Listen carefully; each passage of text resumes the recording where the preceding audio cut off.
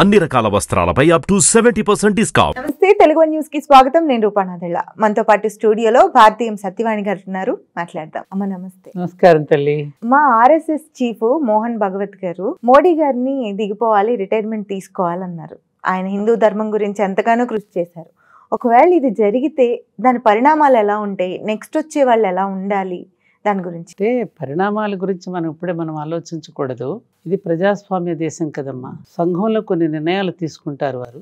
ఎందుకంటే సంఘంలో ఈ రాజకీయ పార్టీ భారతీయ జనతా పార్టీ కూడా ఒక భాగం కాబట్టి రాజకీయ పరంగా వచ్చే అంశాల మీద వాళ్ళ దృష్టి సారించి మళ్ళీ ఇప్పుడు ఒక డెవలప్మెంట్ జరిగింది.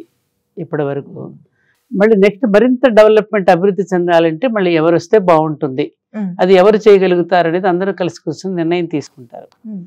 మీకు తెలుసో లేదో, రామాయణంలో దశరథ మహారాజు ప్రజలందరినీ ఒకసారి పిలిచి ఒక సమావేశం ఏర్పాటు చేసి శ్రీరామచంద్రుని పట్టాభిషిక్తుడిని చేయాలని అనుకుంటున్నాను అని అన్నప్పుడు ప్రజలందరూ ఆనందంగా కేకలు వేశారు. అప్పుడు దశరథ మహారాజు అడిగాడు, ఏమిటి నా పాలన అంత బాగాలేదా మీకు అని అడిగాడు. అయ్యయ్యో అలా కాదండి, చాలా బాగుంది, కానీ రామచంద్రుడి యొక్క పరిపాలన కూడా రుచి చూడాలనుకుంటున్నామని చెప్తాడు.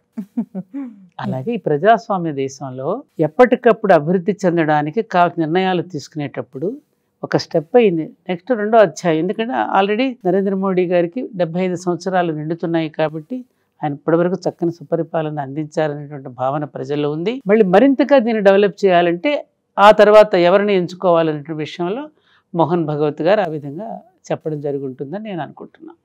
ఇక్కడ పాలసీ ఉంది కదా, 75 సంవత్సరాల తర్వాత పరిపాలనలో ఉండకూడదని పాలసీ మేకింగ్ లో జరిగి ఉంటుంది.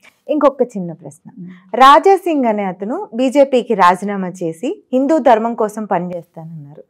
ఆయన బీజేపీకి రాజీనామా చేయటం బీజేపీకి లాభం అనుకోవచ్చా, నష్టం అనుకోవచ్చు? ఇక్కడ రెండు విషయాలు ఉంటాయమ్మా. లాభం నష్టం అనే విషయానికి వస్తే ఇక్కడ ఒక ఉద్యమం కానీ ఏదైనా చేస్తున్నప్పుడు ప్రేమతో పెట్టేది.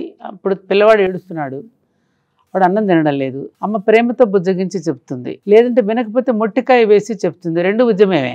అవును కదా, రెండు ప్రేమ యొక్క స్వరూపమే కదా. అలాగే ఇప్పుడు రాజాసింగ్ గారు ఏమిటంటే ప్రేమగా చెప్పడం కన్నా కొంచెం కఠినంగా చెప్తారు.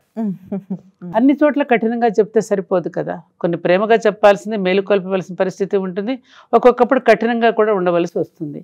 ఇక లాభ నష్టాలన్న విషయం, ఎందుకంటే నేను రాజకీయాల్లో లేను, వాటిని గురించినటువంటి అంతగా నాకు అవగాహన కూడా లేదు. అది పార్టీ తీసుకున్నటువంటి నిర్ణయాలు కాబట్టి ఒక్కటమ్మా, ఎవరికి వాళ్ళ మనం లేకపోతే జరగదు అనుకోవటం అనేది పొరపాటు. మా మాస్టర్ గారు ఒక మాట ఎప్పుడు అనేవారు, రే నువ్వు లేకపోతే నీ తల్లో జేజు వచ్చిపోతుందిరా అనేవారు. విన్నారా? అందుకని ఎప్పటికప్పుడు ఎవరో ఒకరు కొత్త రక్తం వస్తూనే ఉంటుంది, మళ్ళీ నిలబెడుతూనే ఉంటుంది. కాబట్టి ఇవన్నీ కూడా కాలం నిర్ణయిస్తుంది. ఆ కాలం నిర్ణయించిన ప్రకారం మనందరం మాలో నడుచుకోవాల్సిన వాళ్ళమే. కాబట్టి మన దేశం మరింత సుభిక్షంగా బాగుండాలని మనం కోరుకుందాం.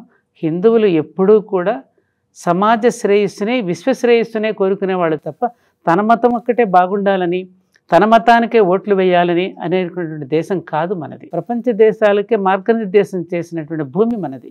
అందుకని అటువంటి మార్గనిర్దేశం చేసేటటువంటి నాయకులు మళ్ళీ ముందు వస్తే ఈ సంఘర్షణలు, ఘర్షణలు ఇవన్నీ తగ్గిపోయి ప్రశాంతంగా ప్రపంచం అంతా కూడా ప్రశాంతంగా జీవించడానికి అవకాశం ఉంటుందనేది నా అభిప్రాయం. మంచిదమ్మా. నమస్కారం. నమస్కారం.